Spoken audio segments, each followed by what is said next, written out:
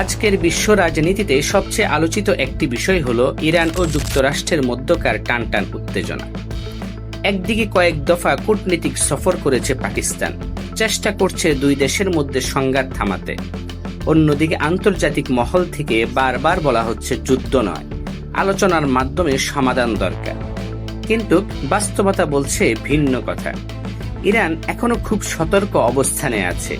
তারা প্রকাশ্যে শান্তির কথা বললেও যুক্তরাষ্ট্রের প্রতি আস্থা পুরোপুরি ফিরিয়ে আনতে পারছে না। কারণ ইতিহাস বলছে এই অঞ্চলে প্রতিবারই কিছু সময়ের জন্য শান্তি আসে, তারপর আবার নতুন করে উত্তেজনা শুরু হয়। অন্যদিকে ইউনাইটেড স্টেট বিভিন্ন কূটনীতিক বার্তা দিলেও একই সাথে সামরিক উপস্থিতি ও চাপ অব্যাহত রেখেছে, যা পরিস্থিতিকে আরো জটিল করেছে। এখন প্রশ্ন হলো, ইরান কেন যুদ্ধ বা বড় ধরনের সমঝোতায় সহজে যাচ্ছে না? বিশ্লেষকদের মতে এর পিছনে প্রধান দুইটি গুরুত্বপূর্ণ কারণ রয়েছে। প্রথমত কারণ হচ্ছে বিশ্বাসের সংকট। ইরানের ধারণা যুক্তরাষ্ট্র অতীতেও বহুবার আলোচনার পর অবস্থান পরিবর্তন করেছে, অর্থাৎ প্রথমে শান্তি আলোচনা, তারপর আবার নিষেধাজ্ঞা বা চাপ বৃদ্ধি। এই চক্রে ইরান আর নতুন করে পড়তে চায় না, তাই তারা এখন দেখে শুনে সিদ্ধান্ত নেওয়ার নীতিতে চলছে। দ্বিতীয়, কৌশলগত চাপ প্রয়োগের নীতি।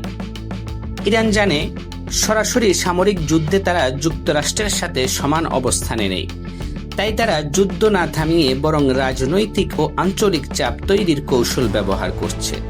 বিশেষ করে মধ্যপ্রাচ্যের বিভিন্ন অঞ্চলে তাদের প্রভাব, মিত্র গোষ্ঠী এবং কৌশলগত অবস্থান সব মিলিয়ে তারা একটি চাপের ভারসাম্য তৈরি করতে চায়।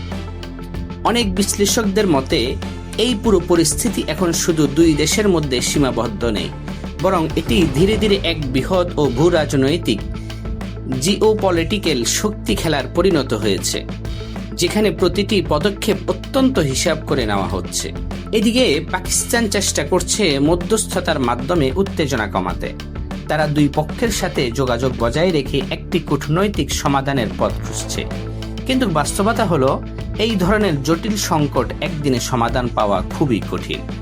ইরান আমেরিকা উত্তেজনা এখন এমন এক পর্যায়ে পৌঁছেছে যেখানে যুদ্ধের সম্ভাবনা যেমন আছে, তেমন কূটনৈতিক সমাধানের সুযোগও এখনো পুরোপুরি শেষ হয়নি। কিন্তু প্রশ্ন একটাই, শান্তি কি সত্যিই আসবে, নাকি এই উত্তেজনা আরো বড় সংঘাতে রূপ নেবে?